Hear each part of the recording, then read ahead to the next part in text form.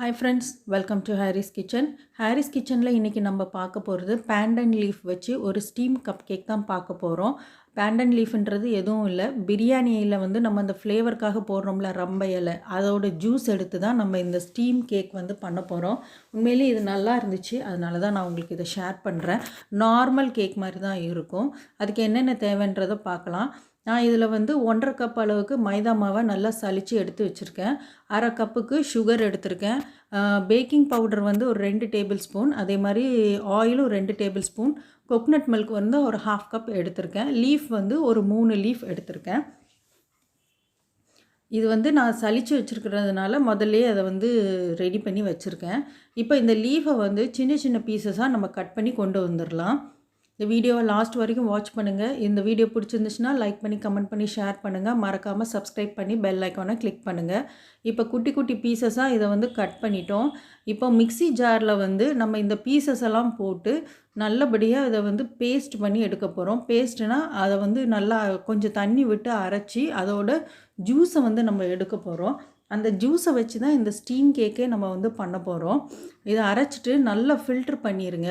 இது நார்மலாகவே உங்களுக்கு வந்து நல்ல க்ரீன் கலரில் இருக்கும். இப்போ நம்ம அதை வந்து ஃபில்ட்ரு பண்ணோம். 3/4 கப் அளவுக்கு எனக்கு வந்து கிடச்சிருக்கு ஜூஸு.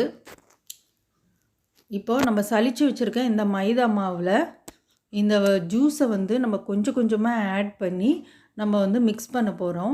இது வந்து நார்மலாகவே உங்களுக்கு க்ரீன் கலரில் தான் இருக்கும். உங்களுக்கு ஒரு வேளை கலர் வேணும், நல்லா டார்க்காக இன்னும் கலர் வேணும்னு நினச்சிங்கன்னா நீங்கள் கொஞ்சம் கலர்ஸ் வந்து இதில் வந்து ஆட் பண்ணிக்கலாம்.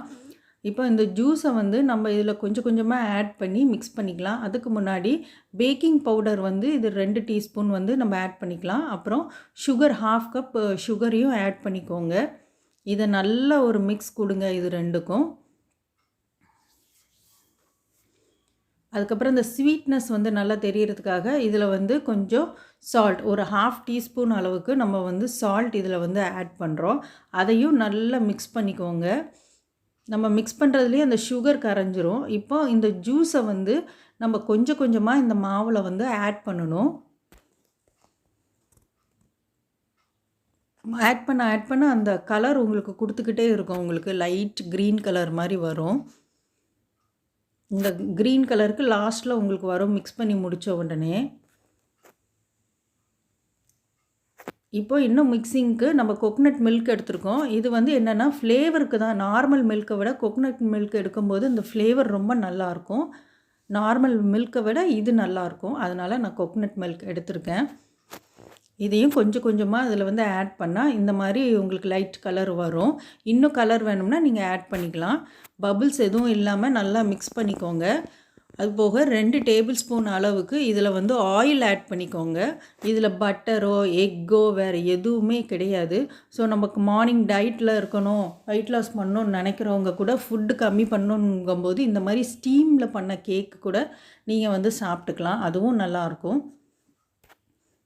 இதை இப்போ நல்லா மிக்ஸ் பண்ணிடலாம்.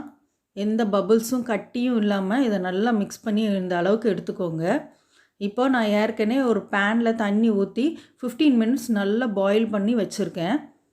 இப்போது கப் கேக்கில் வந்து ஒரு கப் எடுத்துக்கோங்க. நார்மல் நான் வந்து ஜூஸ் கப்பு தான் எடுத்திருக்கேன். ஏன்னா இது வந்து நல்லா பொங்கி வரும். அதனால் இந்த கப்பில் பாதி அளவுக்கு தான் நான் மிக்ஸ் வந்து ஆட் பண்ணியிருக்கேன். இப்போ ஒரு பிளேட்டில் வந்து எல்லாத்தையும் அசம்பிள் பண்ணி இந்த இதில் வந்து நம்ம வச்சிடலாம். இதை வந்து நம்ம வந்து 30லேருந்து 35 மினிட்ஸ், முடிஞ்சால் 40 மினிட்ஸ் கூட நீங்கள் இதை வந்து பாயில் பண்ணுங்கள் ஸ்டீம்லேயே. இந்த மாதிரி ஹோல் இருக்கும்போது நீங்கள் ஒரு நியூஸ் பேப்பர் வச்சு அந்த ஹோலை வந்து அடைச்சிருங்க. அப்போ தண்ணி வந்து அந்த மிக்ஸு மேலே படாது. அது அப்படியே வழிஞ்சு கீழே தான் போகுமே தவிர அந்த கேக்குள்ளே வந்து அது படாது. இப்போது உங்களுக்கு 40 மினிட்ஸ் கழித்து எடுத்தோம்னா உங்களோட ஸ்டீம் கேக் வந்து ரெடியாக இருக்குது. இங்கே பாருங்கள், நல்ல சாஃப்டாக உங்களுக்கு வந்திருக்கு, நல்ல கலரில் வந்திருக்கு. இது கண்டிப்பாக நீங்கள் ட்ரை பண்ணி பாருங்கள். நார்மலாக நம்ம சாப்பிட்ற கப் கேக்கை விட இதுவும் அதே மாதிரி தான் இருக்கும். டேஸ்ட்டும் நல்லாயிருக்கும். ஃப்ரெண்ட்ஸ் இப்போ பாருங்கள் உங்களோட ஸ்டீம் கேக் வந்து ரெடியாக இருக்குது. இந்த ஸ்டீம் கேக் நான் இந்த லீஃப் வச்சு பண்ண மாதிரி இதில் பம்ப்கின் வச்சு பண்ணுவாங்க. சில பேர் இதை ப்ளெயினாக ரைஸ் மட்டும் வச்சு ரைஸ் ஃப்ளவர் மட்டும் வச்சு பண்ணுவாங்க. இது ஸ்டீமில் பண்ணுறதுனால நமக்கு வந்து நல்லாயிருக்கும். ஆயில் கண்டென்ட் எதுவுமே இல்லாமல் நல்லாயிருக்கும் சாப்பிட்றதுக்கு. இது கண்டிப்பாக நீங்களும் ட்ரை பண்ணி பாருங்கள்.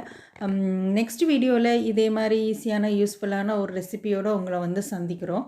அது வரைக்கும் தேங்க்யூ ஃப்ரெண்ட்ஸ்.